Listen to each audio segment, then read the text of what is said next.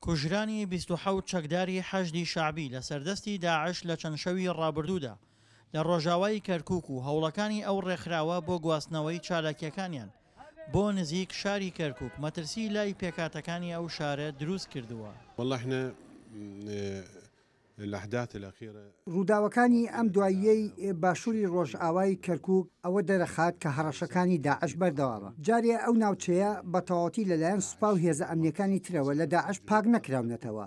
هەروەها داعش بڵاو بوونەتەوە لە ناوچەکەدا و ئێستا هەڕەشان بۆ سەر کەرکووک و دەوروبەری. جموجۆڵی داعش لە دەوروبەری کەرکووک بە شێوەیەک فراوان بووە. بە شەوان زۆربەی گوندەکانی ڕۆژاوای کەرکووک کۆنتڕۆڵ دەکەن. تەنانەت لە چەند شەوی ڕابردووشدا دزیان کردوتە نێو کەرکووک و هەوڵی ڕفاندنی بریندارێکی خۆیان لە نەخۆشخانەیەکی کەرکووک داوە.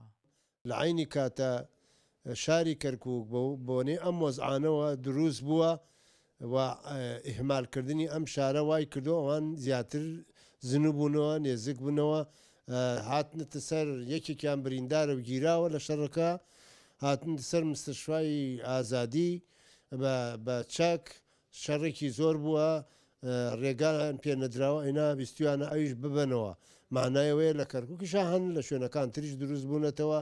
حەشدی شعبیش دوای کوژرانی 27 چەکدارەکەیان لە گوندنشینەکانی حەویجە تووڕەن و پێیان وایە ئەوان هاوکاری داعش دەکەن لە دژی هێزەکانیان لە ناوچەکەدا و نیازی ئەنجامدانی ئۆپەراسیۆنێکی گەورەیان هەیە، بەڵام بەرپرسانی عەرەبی سوننا جیاوازتر لە دۆخەکە دەڕوانن و پێیان وایە ناوچەکانیان لە داعش پاک نەکراوەتەوە.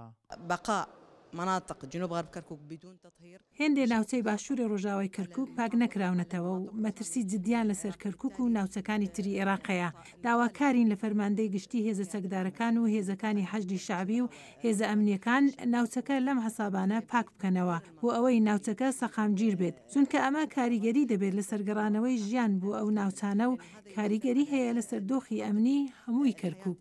داعش تەنها لە سنووری کەرکووک جموجۆڵی نییە، بەڵکو هەفتەی ڕابردوو ژمارەیەک چەکداری ڕوومەت هەڵپێچراو لە نێو قەزای خانەقینی پارێزگای دیالەشدا 7 گەنجیان کوشت کە بەوتەی بەرپرسانی ئەمنی بکوژەکان داعش بوون و دزیان کردبووە نێو قەزاکەوە. دڵشاد ئەنوەر، دەنگی ئەمریکا، پارێزگای کەرکووک.